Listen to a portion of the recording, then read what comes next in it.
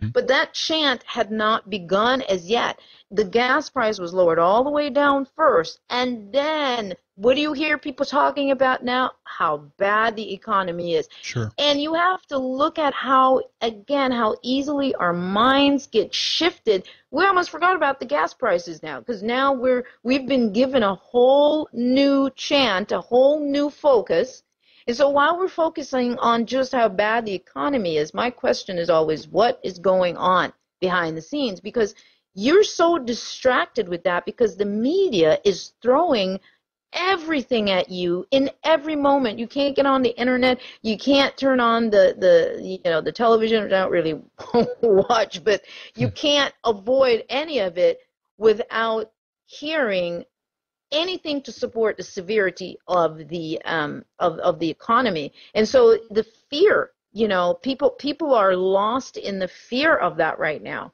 I did a little bit of investigating or research on some of these places that, they threw in immediately and saying that, what is it? The Chicago Tribune filed bankruptcy. And what I noticed is how they would throw in that the car industry, they throw in like big things at you to make you go, whoa, it's got to be really bad. Things are really going on. Yeah. But how do you know people? My question is, have you researched the backgrounds of these companies and what was really going on, all the things that were going? How do you know that this isn't just another part of, the plan or the process? I mean, I could tell you some things on that, but you people really need to stop and really start researching and not just go, oh yeah, well, the what is it again? Chicago Tribune, they're going bankrupt and things are really bad. Stock markets, same thing with the stock market. People don't really research, and so it's very easy to throw things at the public, and we go ahead and we accept that as gospel and we go on our way. Yes. And that's the hope, is that they'll buy it. Yeah. They'll buy it. Just throw that at them, and then they'll focus on that for a while we're doing what we're doing over here. Yeah, absolutely. I mean, it's not really of interest, it seems like, to most people. They're already in a position where they want to be told what's going on, and they want to chew on that around the coffee table at work, or whatever it is. It's there's so many other factors involved why people are even initially like that, and that's why you realize that at a certain point that it's very easy to control populations and basically keep them busy with one or the other issue. Same thing again, returning to the whole Palestinian crisis that is going on right now again there. This came, right after I guess right after Christmas, sometime just before New Year's, it bloomed up again, and on we go. And this is the latest problem now that we can focus on, and everyone's going to be absorbed by that. Obviously, there's horrendous stuff going on there, but my point is that this is also something that kind of is being thrown at us, I feel, on certain times. It keeps coming back at a specific cycle. Now it's okay, we're back in the Middle East now again, and the troubles there, and people are never kind of really given the time, I guess, or they are not themselves. Right. They're not themselves taking the time to step away and say, screw this. I don't care what's going on there. What's happening in my life. Can I change this in some way? Can I change my perception of this? What's going on? So it's very, very difficult. But what would you say, I mean, in regards to, I guess I can ask you, what do you know what it was that kind of helped you to get that perspective to begin with, or to get you into a more inquisitive mindset, I guess? Again, I think that base question for me was, who are we worshiping? Yeah. That did it for me. That was, I think, the big question. Just coming into this life, that sort of kicked everything off for me. And I went and searched spiritually. I had no idea I would, get into politics and all of this information, but just a curiosity about my life and wanting to have more control over my life. I think you have to be able to ask those questions. Yes. Security, that's another thing. That's another big, what should I say? distraction, because people like to feel secure, which is, what you were just sort of mentioning. They want things handed to them, the information handed to them.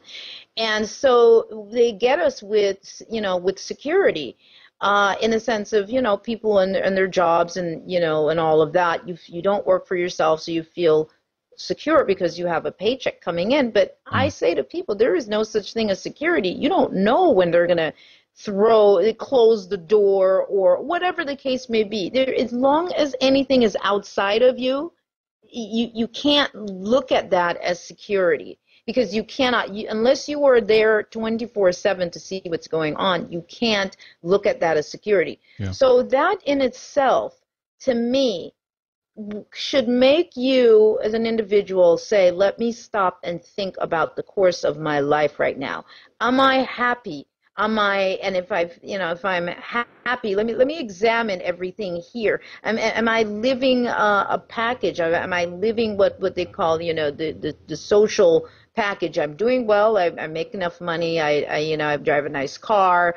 Are those enough for me? Because in the end, it really is about you. It's about your experiences too, because obviously you are here to have whatever the human experience is, for you as an individual. But is there something more about me, something beyond what I see with my eyes, my physical body?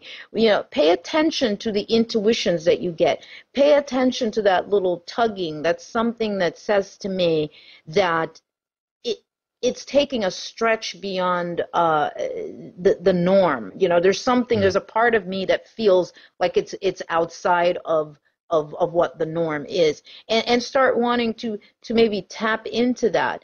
And I say meditation, but again, meditation has been now also sort of hijacked in a way too, because that's sort of turned into something else. But there's a deep level of connection that you make that takes you outside of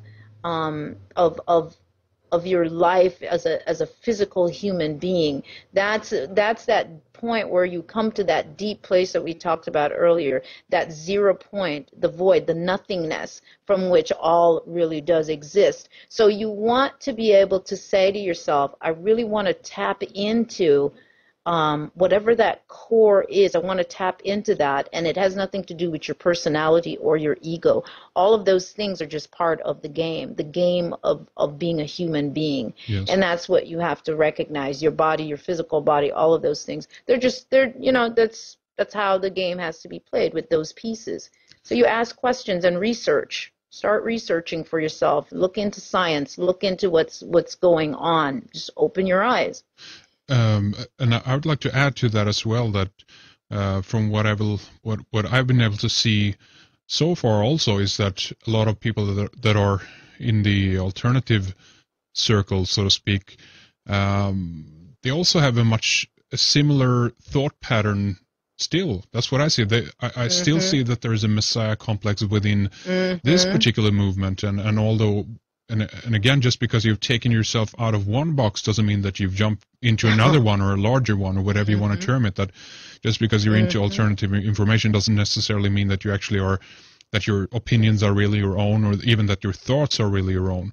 So there's multiple levels of kind of I guess liberation here, and to really break free of that idea that someone else is going to save me or save us or get us out of the troubled situation we're in. So there's multiple levels to all of this. That's what I would like to say. Absolutely. I'm glad you said that, because absolutely that's basically it. The people jump from one box, to the next box, and it is, we have the savior complex. Yes. The savior complex, definitely, the savior complex is essential to the manner in which the game operates, because of the fact that you have to be dependent on an external source. This is what the game, as we've been living it, that's how it works. You must be dependent on something else, and that's why we become dependent on government and insurance and this and that and all of those things. It's because of that, and that's where the security lies, because you basically are programmed to believe that you are not worthy or capable.